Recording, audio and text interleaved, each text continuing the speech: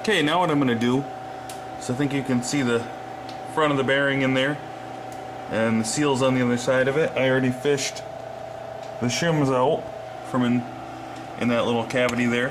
What I'm going to do next is I'm going to put this socket in right on that bearing, and I'm going to give it a couple taps right here with my hammer, and it should drive that bearing and the seal right out.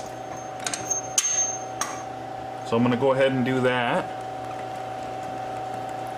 And then we got to take that outer race out. We'll do that from this side also. Push it right out the back after we get the seal and the bearing out of the way.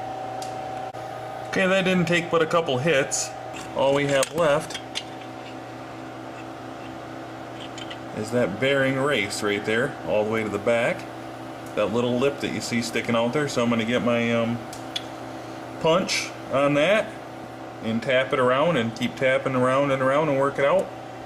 Okay, anyway, I got the housing cleaned out. Everything is set, ready to go. I've already drove the bearing races for these bearings into place, just using a punch and working my way around, tapped them in until they bottomed out in there, just like they're supposed to. So for the one closest to the pinion, I already have the shims. They're underneath they're in between the bearing race and the housing, sandwiched in there. So that'll do our pinion depth. I've got my other ones on here, other shims right there, and I'm just ready to slip it all back together now. I've got my other bearing, oil slinger, my seal look quite good, almost like brand new. So go ahead and put that on, and then there's the yoke I'm going to use with a nut that was like new. So I'm going to go ahead and slip that all together, tighten up the nut, and see how I'm doing for backlash. See how, can't really check that, but I can check how hard how easy or difficult it turns, and that should give me some idea if I'm close or not. So I'm going to go ahead and try that, and we'll see what we come up with. Okay, what I did was I just sat my bearing up in there into the race, and then the oil slinger next, and then this is my seal. Just slowly tapped around there, and that takes a lot of patience. You just can't force it. Just little small taps until I got it seated all the way in. And now what I have to do is slip the pinion in from the front. So the splines will be sticking through right here, and then I'm going to hold it from the back side, or from the front side actually, because I'm on the back side right now.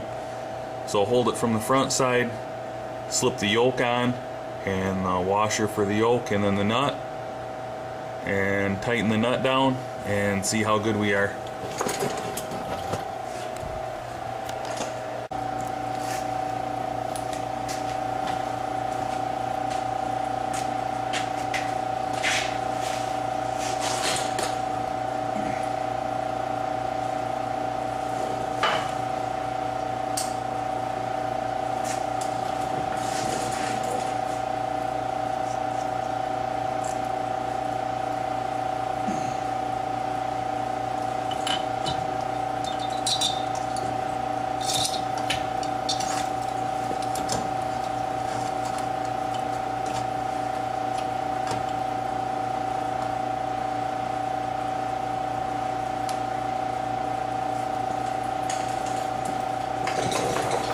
Slight problem.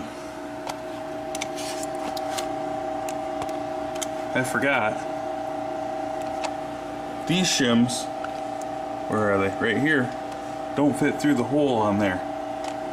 So that's not really a good thing. So it looks like I'm gonna have to take something back out. Probably the back, probably be the seal. I'm gonna have to take the seal, the slinger and the bearing back out. Hopefully I can do it without damaging it. Oh, that's frustrating. I should have known that they wouldn't fit through because they didn't when I was taking it apart, but I just could not remember in the whole order of things exactly how it was supposed to go.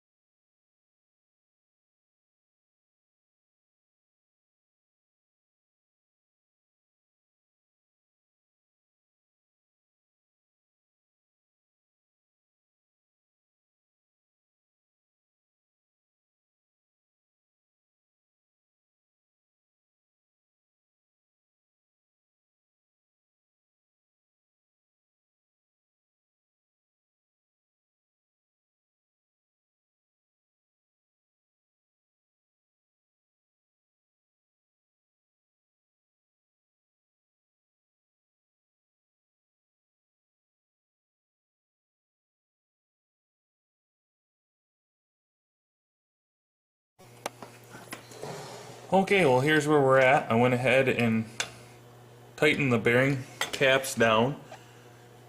Put it all in there. Tighten the bearing caps down to their 60 foot-pounds of torque. Threw some grease on the, should be able to see it all gooped up on there. There was yellow paint. Didn't have any paint, so I just used a little bit of grease to try to get a contact patch. Let me see. Hopefully you can see it. Doesn't look bad. It's quite centered. I don't know. It's not really perfect, but I mean, I think it's pretty good. If you can see it or not, it looks fairly good, fairly centered. Probably blocking the light. Not bad. I'm going to be just driving it to work, which it has lockout hubs, so I can unlock the hubs. Driven on trails and stuff, so I don't drive it in the winter at all. So I think it should work just fine. The only thing I'm not sure of is the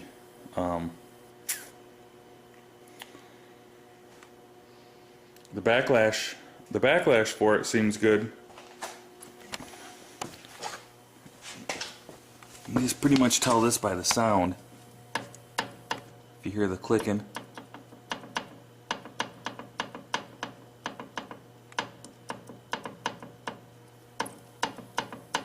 Not a whole lot. Sounds just about right. Feels about right. The preload on the bearings is the only thing I can't really tell. It seems like it might be just a hair tight, but not going to worry about it at this point for how often hubs are going to be locked in. It's going to be all off-road driving. Probably not a lot of miles. So we just got to put the rest of it back together and test it out. Throw the cover on. Throw some axle shafts back in. I got two sets of knuckles now, two sets of everything.